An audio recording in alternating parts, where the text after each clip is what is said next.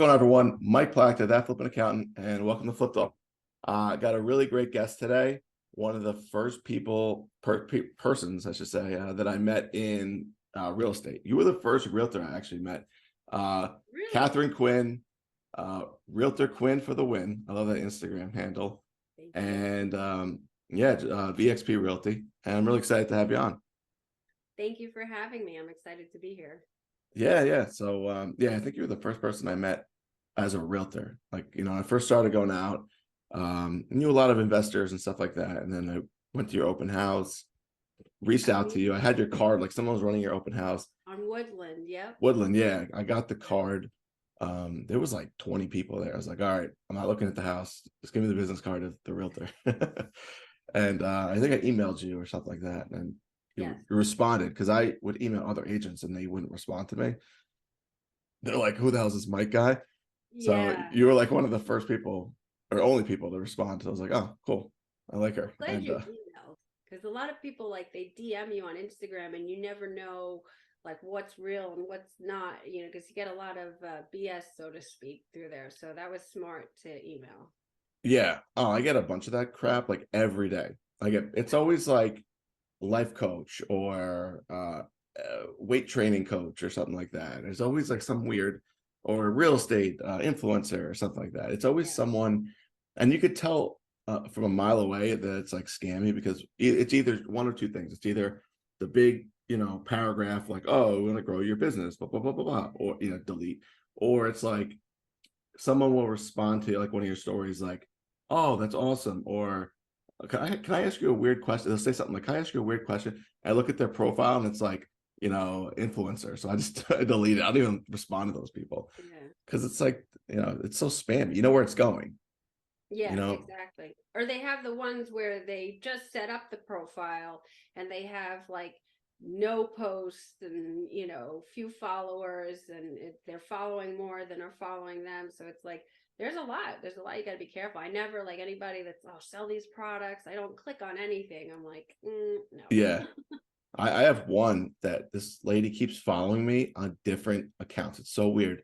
It's like this one lady, and it's a generic photo. It's like weird photos, like of her like sitting here eating like wonton soup or something, just like, it's like the same photos, and then I'll get a request the next week of a different account, but it's the same photos and it's the same person like 30 different times, and I always just ignore it. I'm like, this is weird. Yeah, a lot of strange things, but it's good to take safety measures and don't click on stuff. Yeah. Well, no, I'm glad we connected. And then obviously over the last 2 years maybe, just started working together a lot more, sending me a lot of deals. We've been close on a few and nothing panned out, but definitely consider you one of the closer people that I know in the industry. So tell us a little bit about yourself. So I've been in the industry now 21 years. Geez, that's coming up quick. Wow. Licensed for almost 19. I'm actually in the process of doing my continuing education now. Nice. And I love it. I've had a few odds and ends jobs along the way when I was doing it part-time. But when I made the decision to do it full-time, that was really the best thing for me. And of course, for my clients, because I'm available just about any time they need me. So it's, people are like, oh, you can make your own schedule as a realtor. And no, you're really based off of other people's schedules, which is, sometimes mornings, evenings, weekends. So it's not as flexible as others would like to believe. Yeah, I bet. All right, so I guess, how did you get involved in real estate? Like, how'd you get started in real estate? Because it's, you've been in it for a long time. Yeah, that's a great question. So I actually just told this story, but when I was 15 years old, both my parents were in the hospital, and I was home alone with my nephew, and he was a little over a year. I don't know how many months, but this realtor, we were renting the house at the time. Obviously, my parents weren't there to pay the rent. So my sister and I were trying to figure out how to get out of the house. And she came and she scared the crap out of me because I didn't know my rights. I didn't know anything at that age. She was banging on my door saying, "You got to get out. You can't be here," and like Wow. yelling and cursing. And I'm holding my nephew and I'm crying and he's feeling, what I'm feeling. Now he's scared because he feels what I am. And after that, it just kind of was like, that can't possibly be the way that you treat people and how real Right. estate works. So when I was 18, I had seen a position open for a personal assistant. So I got into that. I learned a lot of what to do and what not to do. And then I got licensed, and it's all uphill from there. Okay. Wow. That's funny you said the personal assistant. I'm actually thinking about getting a personal assistant for myself, just because I have like so much, and it's not just the real estate stuff. There's like other stuff going on, the tax business, that, Yeah. everything. There's so much going on in the house. Um, so I'm actually looking into that because I think that could be very beneficial to have someone who can, help you with like, the Absolutely. personal stuff, administrative things. Have Just you because thought like of a virtual assistant? I have, but I think I've two things. First, I had a bad experience working with someone on like Fiverr, Oh, with like security reasons. Like nothing with that person, but I guess someone that he had working for him was like reached out to me personally, like at my job. Like they sent like an email to my job email, like to me though. And we're like, okay. hey, I'm looking, do you want to, use me for services? I'm like, no, like, why would you send an email to my job? Like, no, like, so Yeah, I was pissed at that guy. I was like, dude, you have so many employees that are just like contacting me. So that's not good. Yeah. yeah, like, so there's like a big security thing there. And if I have them like helping me with like tax stuff, I don't want them ever having access to like a social security number or any personal information that Makes that sense. I have access to. Like, I Yeah. don't want my clients, like, their information is like more important, so there's security issues there, but I guess that's part of it. But I think I'd also need someone local, like, to really help me with like errands if I need some errand ran, like that's Yeah. going to take 30 minutes of my time that I just don't have the time to run to the store, whatever the reason Yeah. is. Like, I need someone local. um and then when I do like some of my marketing stuff, I do on this phone right here, my business phone. And Yeah. I need someone have access to that phone to do some of the texting and stuff that I do for the business. So they'd have to be here. So I'm thinking of getting someone, 10 hours a week or something like that. Yeah. To It's gonna help out. just help me free up time. Maybe a college student that needs to do like an internship or something like that. That's what people have been mentioning to me, particularly like if I need help with the accounting stuff, like, shit, I can go to the accounting. uh I have like 5 universities like not that far from me, and just reach out to them and say, hey, do you have an accounting student that, I'm willing to pay them X per hour for their time or whatever, like that could be beneficial. Yeah, absolutely. And social media too. Like they have, people that are going for marketing, things like that. You could perhaps find someone from one of the local universities to help with that, because that's a lot of our time is trying to Yeah.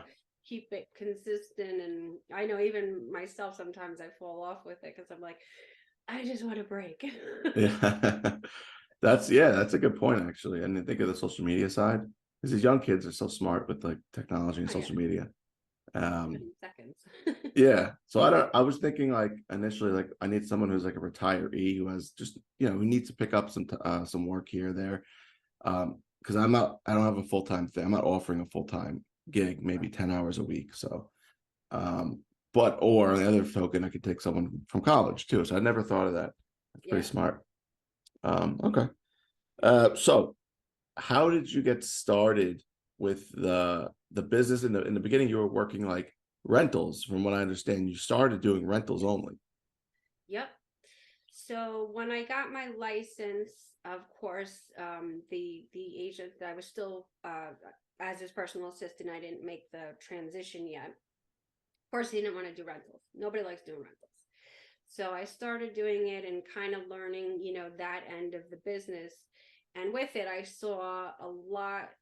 that was wrong, such as, if you're renting a house, we call them slumlords, Yeah. where they're not taking care of the house, they're not taking care of the property. So what I started doing when I started getting into sales, I started, slowly working with, an investor here and there, and then built up, a good pipeline. I wanted to make sure I was working with people that are going to take care of the homes. They're going to do what's right by the tenant. And then you try to find, of course, the right tenant, and make sure that they're going to do their part and everybody's happy. And Right. although I'm not a property manager, I always try to make sure the transition goes well for both of them, and that everybody's going to do their part and be taken care of. Because the worst thing is if you're living in a home and you have a family, or kids, and your boiler breaks and your landlord's nowhere to be found, and he's not going to help you, and now you're paying for that out of pocket.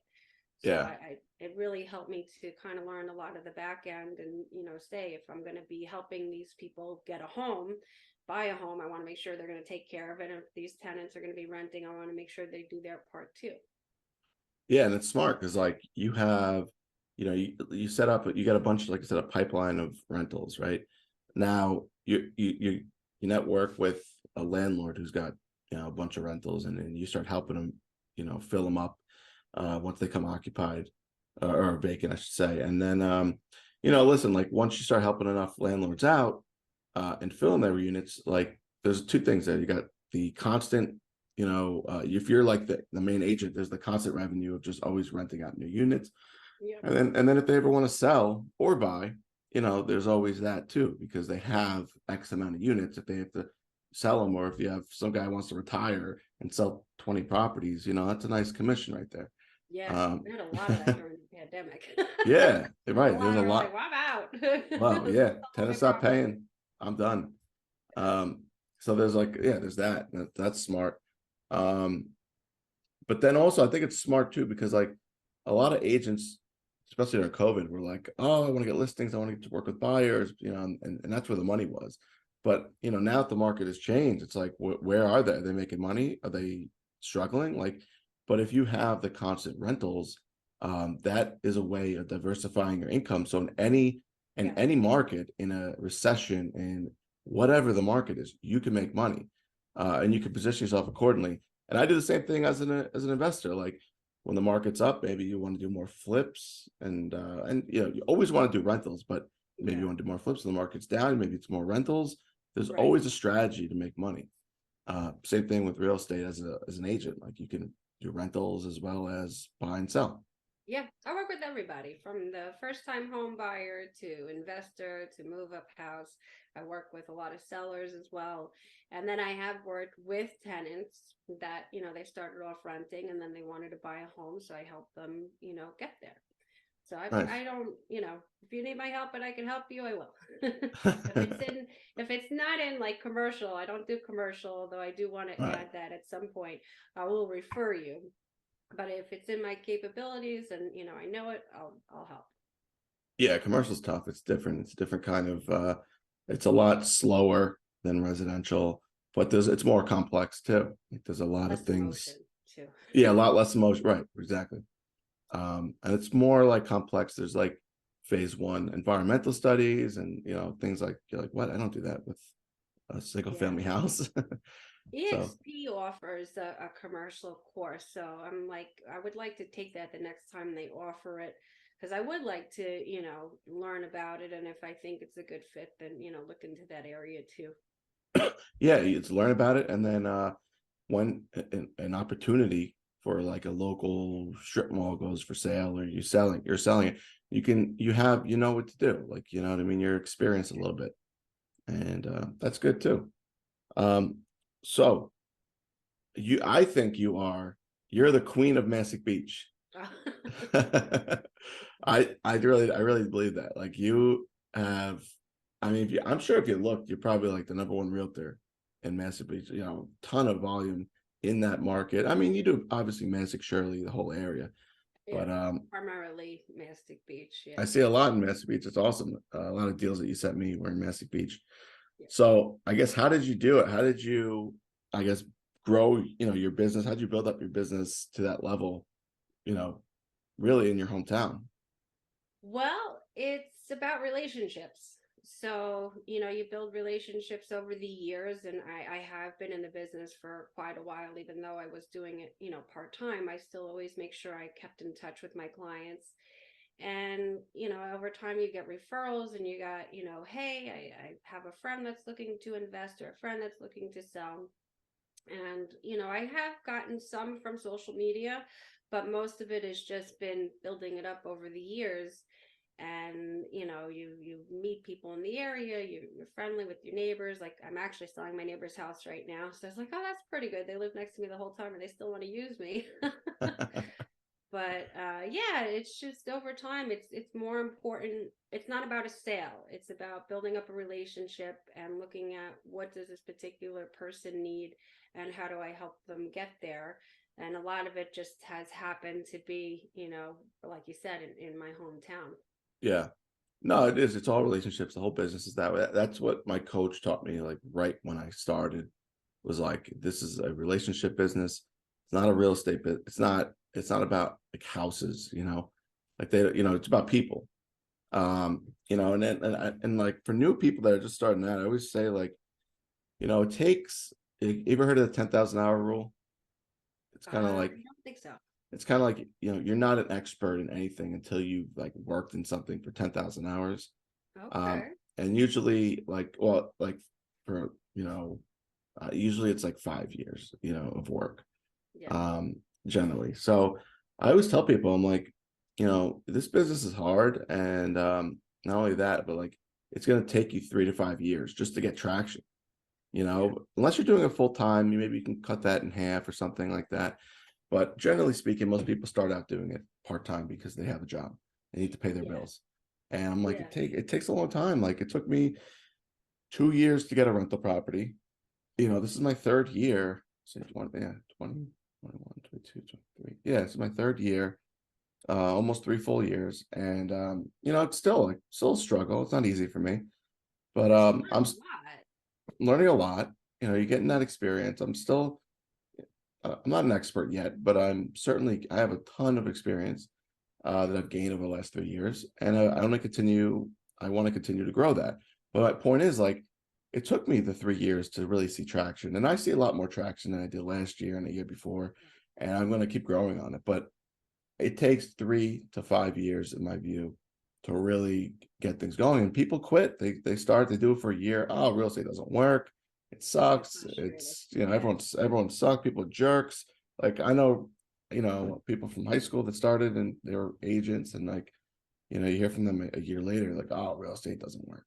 It's like, what were you doing for a year? Were you actively going to open houses? Like, were you, showing other people's open houses? No, no, I didn't do that. Okay, well, were you growing your list of buyers? Like, were you growing your network? Were you meeting new Yeah. people? No, no, I didn't do that. I had, my broker sucked. It's like, well, maybe you should have one. Maybe you should have got a different broker, but I don't know. Like, you hear all the excuses, and it's like, Of course. it's a hard business, but you gotta, you gotta, you're gonna eat it for like a year or two, not making a lot of money. But if you Yeah. do it for long enough, you'll certainly prevail, in my view. That's true. And a lot of what they teach you, like you just took the test yourself, but a Yeah, lot of what you experience in the course you need to know, but yeah, they don't teach you really anything about how to actually be an agent and interact with people. I mean, you right. hear so many people, I'm sure you've heard this, it's a numbers game. It's not a numbers game. It is a people game. And it's about, again, those relationships and building them up. And when you're just concerned, like a lot of the agents that aren't in the business anymore is because they're concerned about their bottom line and not their clients. And people feel that if you're making it about you, why would they work with you? Yeah, no, that's actually a good point. No, I totally agree. So, all right, next is networking. I wanted to know, so how has networking contributed to your growth? I know you're in some networking groups and stuff like that. I am. I'm in Latip. It's actually a newer chapter, and we are growing it. Networking is great because one, you're helping grow your own business, but you're helping others grow their business too. So I Yeah, love networking. I used to not. I was I like to stay in the corner kind of and not talk to Yeah, people and socialize. So now it was a lot for me to, come out of my shell to be able to be say hello to people. I know, and in the business I am too, yeah, but it definitely helps, to grow your contacts right. as well as, like I said, being able to help others as well. So I like it, and it's good. We have the one networking, the tip group, and then we have our meetings Wednesday morning. So it's 7 a.m. in the morning. You get it out of the way, and you're all pumped up, and you feel great, and you're ready for the rest of the day, and it's great, great thing. Yeah, like when I first started, I was like, oh, I don't want to do the networking because I was just nervous about it. Like, I was like, oh, I'll just create this website and I'll drive all these leads to it. And it's like, I was like, because you watch all the YouTube videos and stuff, and you're like, oh, I'll just do this, drive around neighborhoods. I'll call Yeah. owners, people will just give me their houses. Like, I just thought it was so easy, or I could do it on my own. And then I started coaching with Carl Chabon, who's my coach, my business coach, and yeah, it kind of changed my attitude pretty quickly. About the networking is really your most effective uh marketing strategy, really. Yeah. It's really whether you're a realtor, investor, if you network with the right people and for long enough, meet enough people, Yes. and just be a good person, then you'll start to see traction. If Yep. yeah, if you It's true. you got to be, the key is being a good person, that you're likable. You can say, Yeah. oh, I met 100 people last week. It's like, all right, well, first off, you met 100 people, but did you follow up with them continually for 6 months, a year? No. Did you do the right thing? Like, were you like nice to that? Like, did they get a feeling like they want you, like this is a good guy, or he's just looking for something, that you're looking for something out of them? Right. You can't just be like, some people are like that. You can't look for things out of people. Just be a good person, and that's it. Expecting nothing in return. And Your follow-up's great. And you're right, that is key. Follow-up is key because once people, see, all right, you're going to be around and you actually care, it right. makes a complete difference in that relationship. Well, you tell me, like, you've been doing it for a while. Have you come across a lot of investors that are like, you meet them once or twice, and then they're out of the business? Like, you don't even know, like, what does this person buy houses anymore? Like, have you seen a lot of that? I've had a few. I've had a few that realized maybe perhaps it just wasn't for them, and they were learning and didn't quite know what they were doing, and then decided maybe this isn't something they wanted to get into, which I understand, but it is also one of the best ways to help you build wealth. So Yeah. I always try to, help them and, do what I can, not advising legally, of course, but, try to say what my experiences have been, what I've seen with many of my investors, so that, they could hopefully make a smart decision.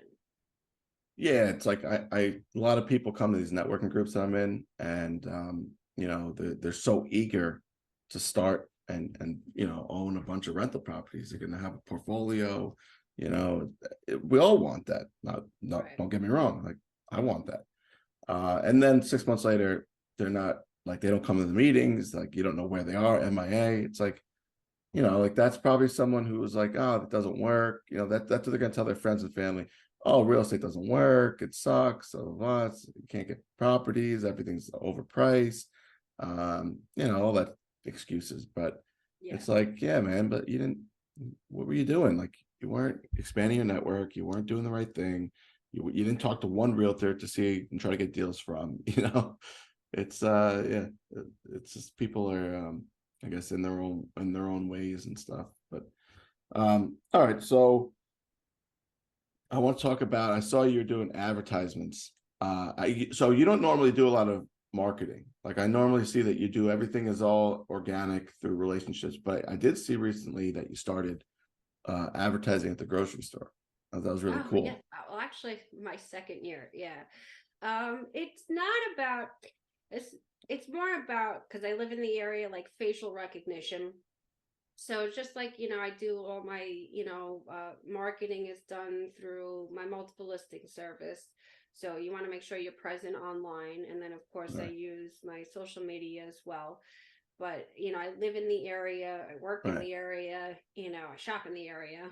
So it was more about just people recognizing you, another way to be in their face. Do I think I'm going to get, a lot of business off of, advertising at the supermarket? No. But people Okay. will recognize you and it starts to show, okay, they're in the area. It helps to build trust. I think they say for somebody to remember you on average, they have to see you about 28 times to remember your face and your name. Interesting. Interesting. Wow. 28, you said? Yeah. I think it's just like a That's habit. Anything to make or break a habit, I think is 28 days. wow. So I mean, there was definitely a lot of people that I met through Instagram where it was like similar to what you're saying, like they've seen me either I broke the ice with them through Instagram, and then when you meet in person, it's like easier to talk to them, Yeah. or like they know who I am, like we follow each other, but we don't really talk. Like I've never communicated, and then when you see them in person, they're just like they've seen me so many times that it's almost like yeah, that trust has been built. They know you're not trying to win one over on them because they see who you are. You're a real person.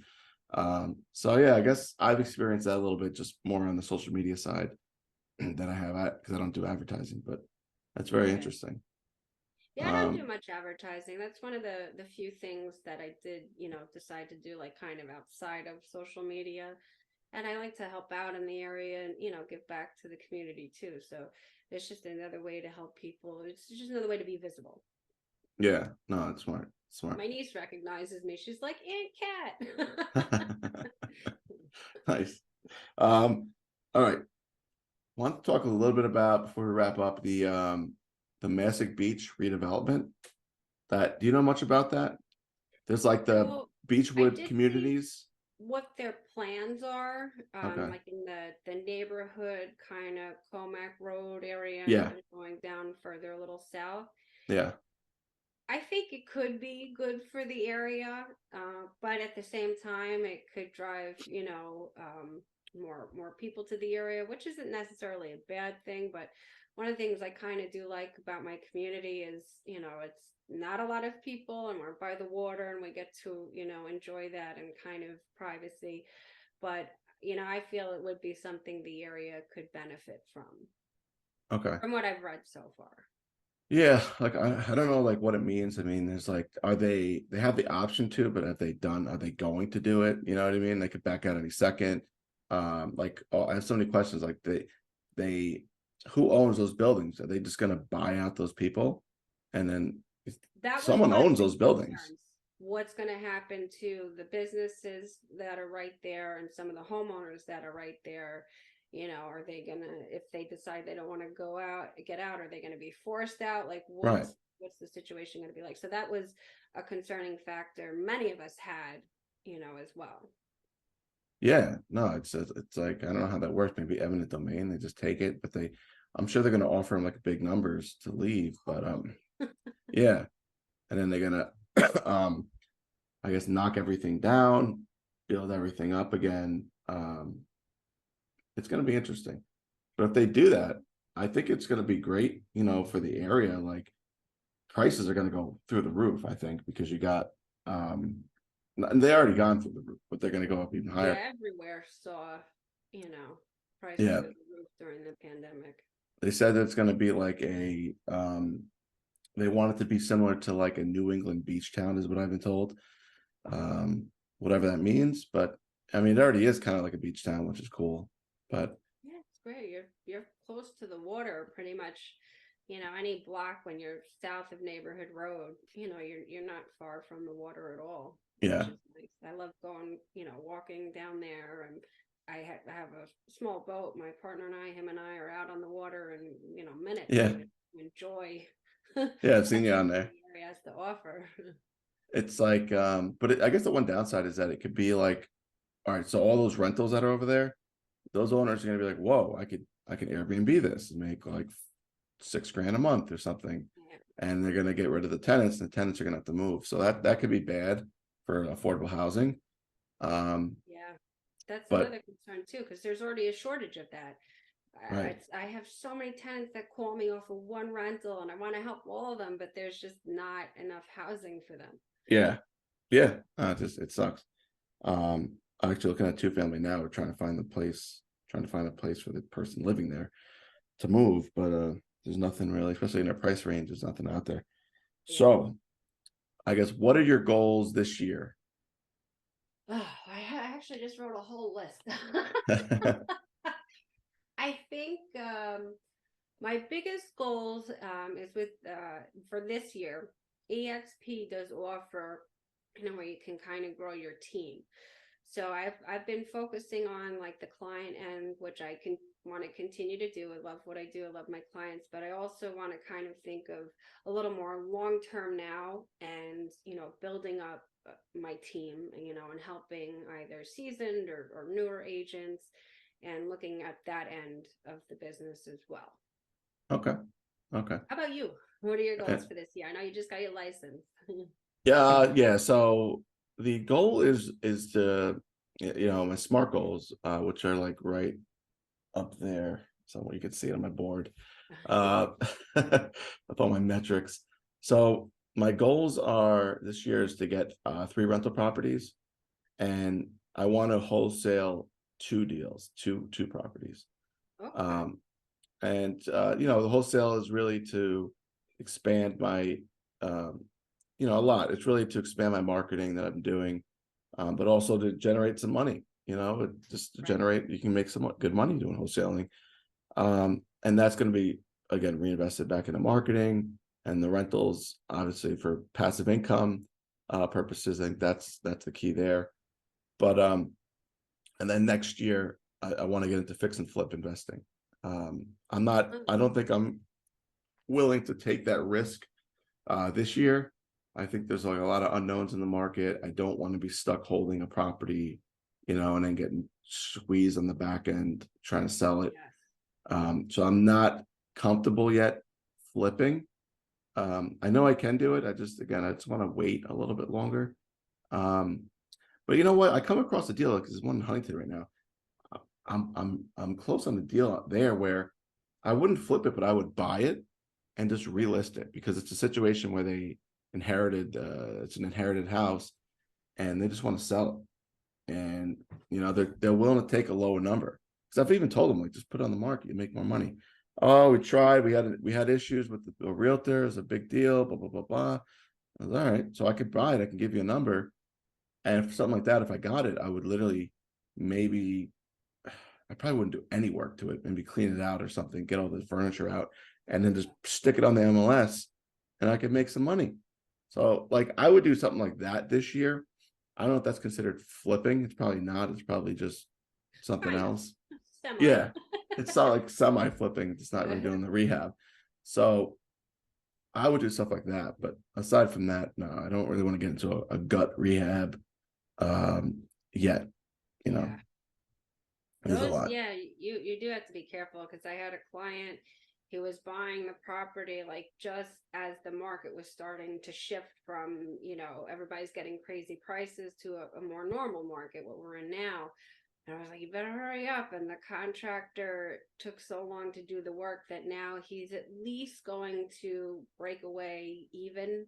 And, Oof. now it's a lesson learned. So you're right. You study what the market's doing, where it's going, because you could be one with the sale, how long that's going to take. And then two, the process of flipping, if you need permits, things like that. So it's Yeah, smart to make sure you're watching what's happening in the market. I know. Yeah, because like let's say you buy it thinking you can make money today with interest rates that were there today. What if they go up 2% or 1%, and that the market just shuts off, and what are you gonna do? You know, Yeah. You're screwed. I don't know. That's what I'm scared of is something, what we saw last year, the prices just or the interest rates just shooting through the roof. Yeah. Um, you can definitely get squeezed. So Was quite a bit. And at once it was like, phew. I know, I know, it's just crazy. Do you have any goals 5 years from now? Like any like long-term goals? Oh yeah, I have a ton. One is like I said, being able to continue to grow the team. That's my main focus for this year. But I wanted to do, other things. I wanted to look into giving back. Mental illness is something that's very important, as I've, kind of seen Yeah, it through my family. So I Sure. want to kind of focus on being able to help others. I don't think it's appropriately addressed a lot. Yeah. So Yeah. I'd like to, look more into that and dive into that and see how, it can help others to overcome it, because a lot of it is something maybe your body's lacking or producing too much of, and it makes you sometimes unstable. And their reaction is, put somebody on a pill, and that's Yeah. not necessarily what's best for the person and their life. So, Yeah. Yeah. I don't know much about that field, but I do know sometimes the way we treat it today is not medically the right, maybe it's not the right thing for the people, the yeah, person, it's a quick fix, which a lot of times doesn't end up helping. But Yeah. I'm trying to kind of see if there's the back end, like if there's a more natural way, because your body, if you have a headache, your body is not lacking ibuprofen, so it's how Right. do you set your body right? So I've been, starting to research it now, and it's very involved, but I hope, to someday be able to help others, in fixing their mental state. Yeah. No, you see a lot of that with like PTSD with soldiers too. Like I actually was looking into like doing the was it HUD-VASH? It's like it's Section 8, but for like veterans. And I was considering, like, I looked into that. So if I ever get like a one bedroom, I would definitely, put like a veteran in there or something and helping out like a veteran. Yeah, And like I said, if there's any that would be great. non-for-profits I can hook up with to help them out, in mental health or whatever it is, I think There that'll are be, there are a lot of when I have rentals, I do get emails for I guess they're like workers, that are yeah, trying to find places for veterans. So there's a lot of people in need of homes, in need of rentals. So like people that are, oh, why rent when you can own? Yeah, it right. is great to own, but some people can't, and they do need to Yeah, rent. And there's, it's an underserved market, and there's a lot of people in shelters, including our veterans. And what you're suggesting, I think that's great. yeah, 100%. Have you ever thought about like buying rentals yourself? Because like as like a retirement plan and just having like the Yeah. passive income? That's actually on my list. That's part of one of my 5 year goals. I was talking actually with my brother. He's like, let's do Quinn Enterprises. He wants to call it. But I was originally thinking about, purchasing and flipping, and I'm like, it really is a risk, and it's much better. Like people do need housing. Yeah. So, it's something that we were both talking about. So that is part of my 5 year plan. Hopefully sooner than the Yeah. 5 years, but it's up there. So you want to get like active with it, like with the flipping? Because there's like I always tell people like there's two ways to do it. You could be like the operator, like so similar to what I'm doing, being very active, and then there's just like a passive side. And I always tell people who are like retirees or stuff like that, they have a bunch of money in a 401k or a self-directed IRA, and they can lend. Someone who has a self-directed IRA can lend money to like an investor and make 10, 12, maybe sometimes more than that percent every year. If you have a couple hundred grand, you could be making that's do the math on that. I mean, that's a nice little, in addition to the social security, that's like a nice little retirement package. Yeah, because Social Security is nothing. Yeah, social security is like just enough to like pay like some like barely half of your expenses. Yeah. But the 401k just adds on top of that, so paying like a nice percentage. So that's a good strategy. People want to do is do like passive investing. But yeah, that's interesting. Yeah, I mean, you're already in the business finding the deals, so might as well take a few Yeah. for you. I've learned a lot, over the years. So it is something that, I definitely have on my list and goals and want to do. Because Awesome. it's just another way, like we were discussing, to help build wealth. Yeah, 100%. Help other people. I can help myself too. Yeah, yeah, of course. All right. So, is there anything you want to leave with anybody before we go? How do people reach out to you? Your social media, anything like that? Oh, sure. You can follow me on Instagram at Realtor Quinn for the win. Thank you so much, Mike, for having me. It's a pleasure to, have gotten to know you over the years, and I'm glad that we stayed connected, and I hope to continue to do business. Absolutely. Yeah. Thanks so much for hopping on. I really appreciate it. All right. That's a wrap.